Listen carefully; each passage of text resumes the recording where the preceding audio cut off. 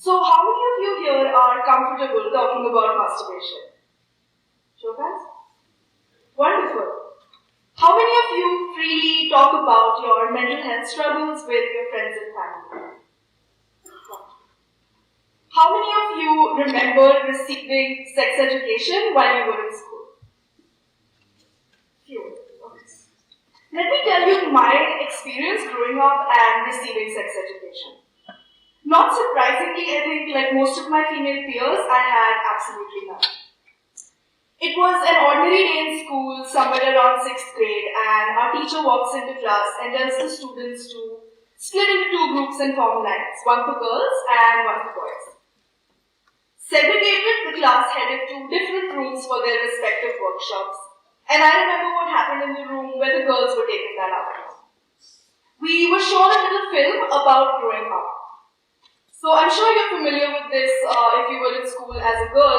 They told us that our bodies were changing and that we're turning into women, that we should be overjoyed. We'd been through this exercise a couple of years already by then, so we knew what to expect. What we hadn't expected though was that we'd return to class to see that the boys had come back from their talk on fire safety looking quite bamboozled, if I can use that word. They had these blank stares on their faces and some of them had their mouths agape and they just looked like they had been told something that was really earth-shattering. And it wasn't hard to guess from their expressions that they'd just been given the sex talk. For some reason, the school management decided that sex was not important to incorporate into the girls' syllabus because apparently they just didn't need to know.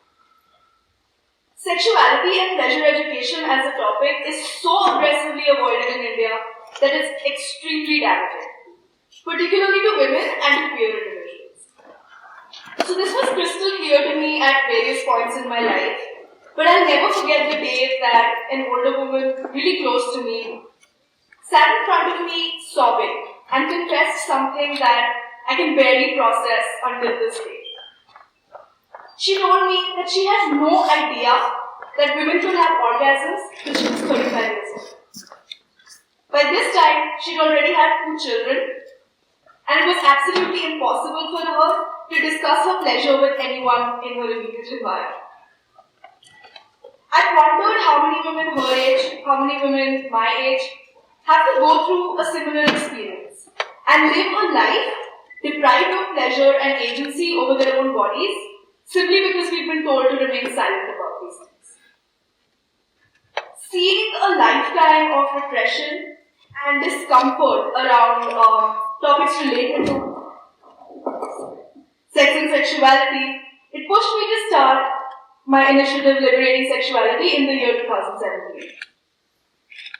When it started out, Liberating Sexuality was born from the struggles of endless women before me.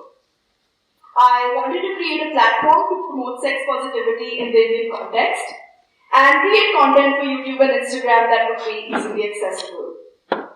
Sex positivity is a very simple idea. It's the idea that sex and pleasure are inherently good things and that sexuality is a normal part of human life.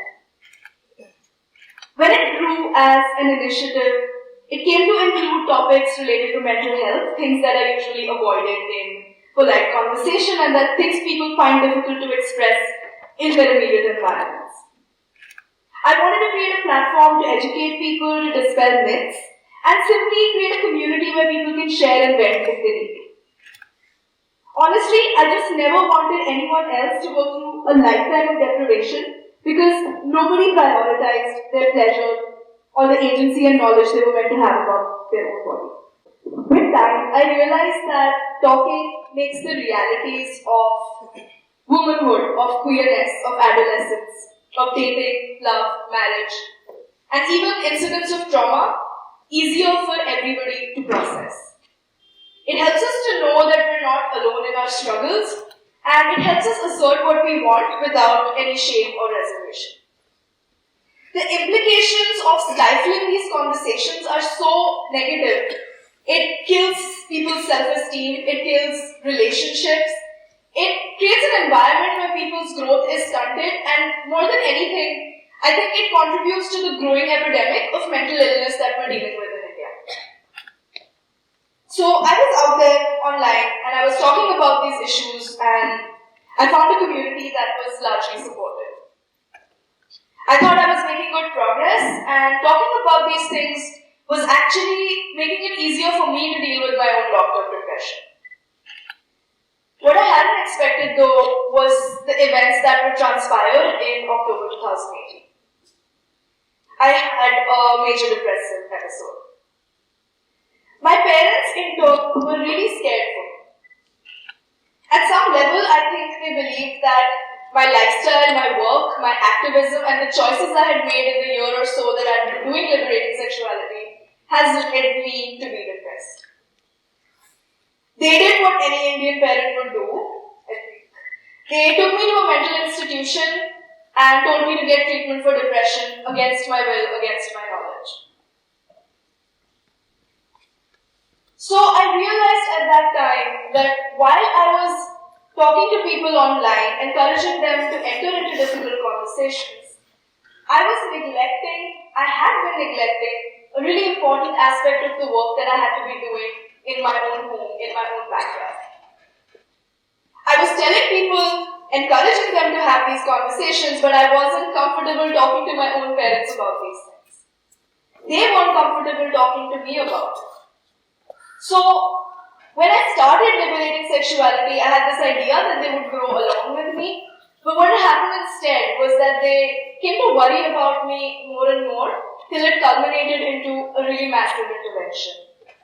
The communication gap had only widened. I could not talk to them, they could not talk to me. And they felt the need to seek a third party to reinforce their views on the work that I was doing, which they admitted was nothing wrong.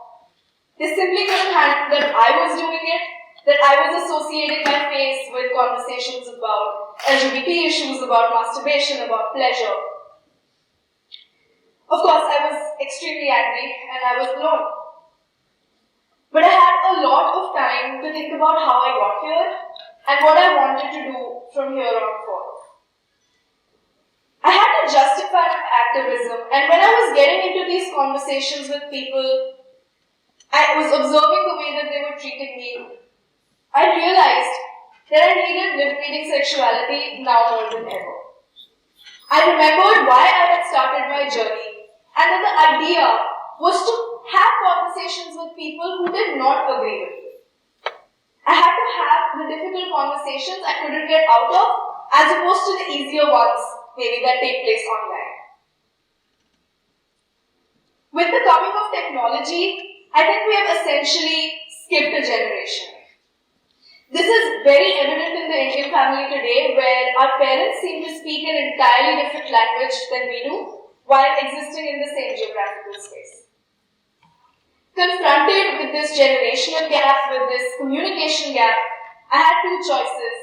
I could either run away from it or use it as an opportunity to further the discourse.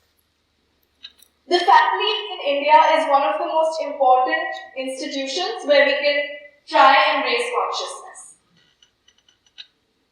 The way families in India function translates directly to the way our country is governed. It translates directly to this culture of silence that we live in. Our parents, the people around us, they are key decision makers in the society that's around us. And they are the teachers and the principals at schools who are making decisions about sex education, how it should be incorporated into the syllabus, what should be taught, what shouldn't be taught. They are the psychiatrists at mental hospitals who are telling gay and trans kids to maybe choose differently. They are the judgmental gynecologists with whom we cannot talk about our sexual history. Excluding these people from the conversation is doing a great disservice to everyone around us. So, the internet might be wonderful for its ability to connect like-minded people, but the reach of certain ideas falls behind from getting to some of the groups that need it the most. What can we do to fix this? How do we take the access that we have to, social justice ideas online, and how do we translate it into real-life impact? Most importantly, how do we change our immediate environment by talking to the people that don't agree with us?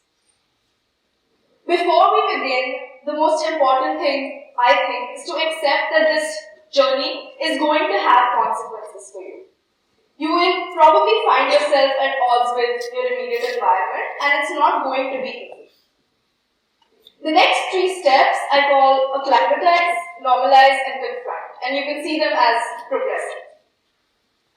Acclimatization is the process of certain issues coming up in your immediate environment again and again. And just getting used to the idea that these issues exist in your immediate environment. So you can achieve this by being vocal, by sharing articles, and by circulating information in the groups that you have access to, in the circles that you can reach. So I'm talking about like your WhatsApp family groups, which have a cross-section of like generations, your family, your uncles, your aunties. The second step is normalizing the conversation. And it starts with simple things. Like when you talk about mental health struggles, refer to yourself as opposed to shooting from the shoulder of a friend. When people get used to being asked questions and being made to think about things that they otherwise wouldn't think about, you're taking a step in the process of normalizing various issues.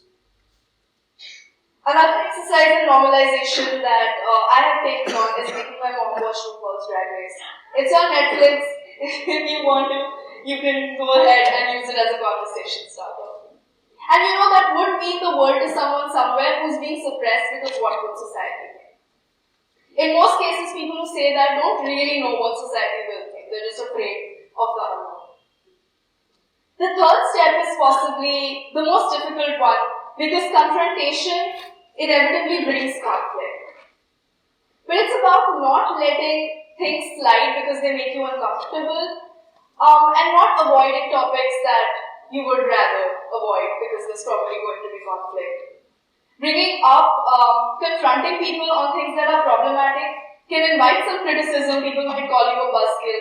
But it's really important to not let people get away with things like casual misogyny. Or, for instance, you're at a family get-together and someone says something transphobic, uses the word hijra as an insult. Bring it up even if you think that their intention wasn't harmful, because when that switch has to happen, when someone has to change their mind, it really only takes one moment. It takes that click, that reflection, and a person just thinks, okay, why was I thinking like that in the first place? You have to keep aiming for that. Maybe the most difficult part throughout this entire process, throughout these 3 steps, is going to be being responsible with your words. You have to talk to people in ways that get across to them. You have to use a language that they can understand. In my experience, social justice jargon hasn't helped. What has helped is recounting stories. Stories have the ability to transcend boundaries and evoke empathy. My story started with me fighting absolutely everyone, including my family. But by taking it one conversation at a time, one step at a time, I was able to make them my allies in this really difficult process. And it was grueling, it wasn't easy, but it has been my most significant success. I chose not to run away and I chose not to avoid. And I think if I can, you can as well. I invite you all to talk about sex at your dinner table. Together, we can liberate sexuality in this culture.